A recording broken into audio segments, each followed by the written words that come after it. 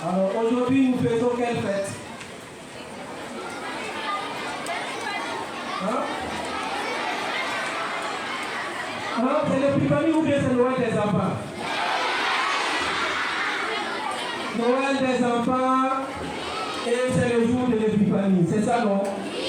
Voilà, donc pour nous c'est deux grandes fêtes, ou bien? Alors maintenant je vais appeler chaque groupe. Les serveurs d'abord, après nous allons appeler les servants de messe, après les choristes et enfin les scouts. Et quand vous allez vous lever, vous allez dire votre slogan. Alors les serveurs levez-vous au pouvoir. Votre slogan, il n'y a pas de responsable pour dire le slogan. Les serveurs, c'est tout comme ça. Alors donnez le micro à un responsable de serveurs.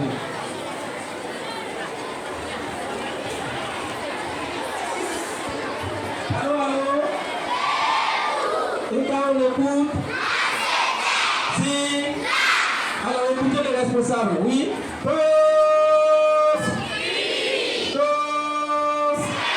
Pour un lendemain meilleur, CVAD. Enfer vaillant. Ahad vaillant. Le souris. Kouzou. Alors on acclame pour eux,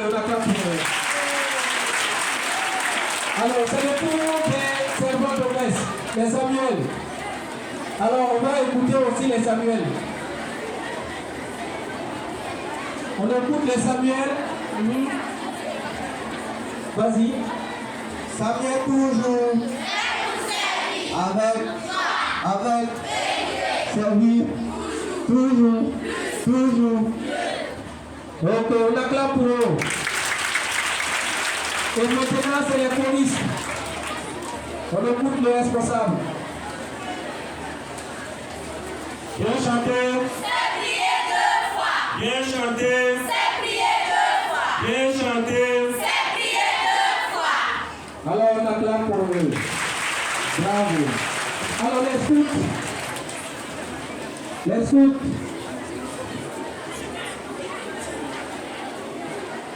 Oui, on vous écoute.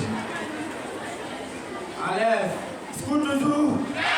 Allez, scout toujours. On est chez vous. On est chez vous. On est chez toujours. Allez. Alors on acclame pour eux. Alors nous rendons grâce à Dieu pour tous ces groupes qui sont là et que l'Église nous permet de se réunir pour louer Dieu, pour participer aux activités de l'Église. Donc nous disons merci au Seigneur. Allô? Vous allez faire le silence pour écouter. Et quand on va partager les cadeaux, alors vous allez pouvoir avoir parce que vous avez bien écouté et vous avez bien répondu, n'est-ce pas? Voilà, donc écoutez très bien. Alors j'ai demandé quelle fête on faisait aujourd'hui. Certains ont dit la Noël des enfants, d'autres ont dit Épiphanie, c'est ça? Mais vous avez tous raison. Voilà. Donc nous faisons la Noël des enfants. Ça veut dire que depuis que la Noël est passée, voilà, c'est comme si les enfants les avaient mis à l'écart. Mais nous aujourd'hui, nous voulons méditer sur la naissance de Jésus. C'est ça? Nous voulons méditer sur la naissance de Jésus. Un petit enfant est né, il est comme nous, et nous voulons méditer sur cette naissance. Il est Dieu. Donc aujourd'hui, l'Église nous permet de méditer sur la naissance de Jésus-Christ. Et c'est ça qu'on appelle l'incarnation. Donc quand on vous dit incarnation, ça veut dire que c'est la naissance de Jésus-Christ. Donc c'est tout simple. Donc Dieu qui est devenu homme, c'est ça. Voilà. Maintenant, aujourd'hui, nous fêtons l'épiphanie, c'est ça. Épiphanie, ça veut dire manifestation. Donc Jésus se manifeste au monde, c'est ça.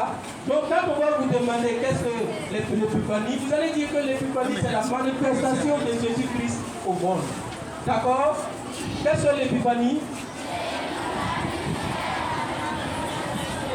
Qu'est-ce que l'épiphanie?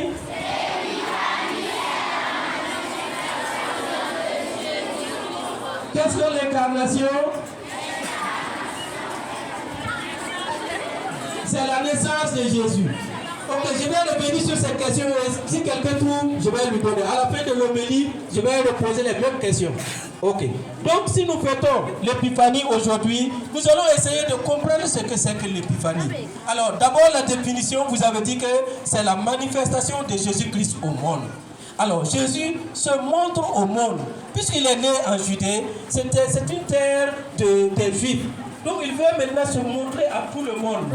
Et quand il se montre, il veut aussi que tout le monde sache qu'il est le Dieu de tout le monde. Donc, l'épiphanie, nous pouvons retenir deux choses. Un, il s'est montré au monde, à tout le monde, mais il se montre en tant que Dieu de tout le monde. Est-ce que vous comprenez ça?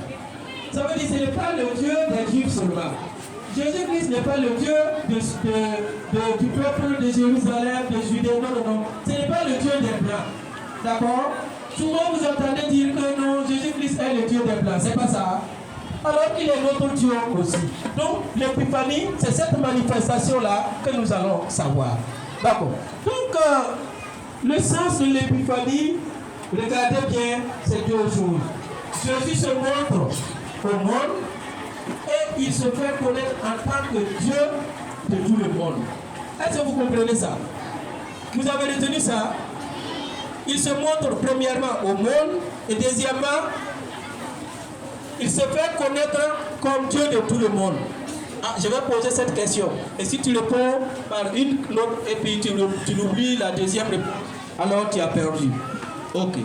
Donc, si Dieu se montre au monde, alors il veut montrer qu'il est venu pour tout le monde. C'est ça. Et à Nazareth, en Judée, nous avons vu que les mages, ce sont des rois. Ce sont des rois de l'Orient, les rois de l'Est. Ils sont venus pour voir le petit enfant.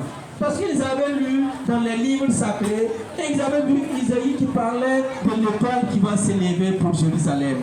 Il a vu que le prophète Balaam avait parlé de l'étoile qui allait s'élever. Donc un roi allait naître en Judée, en Israël.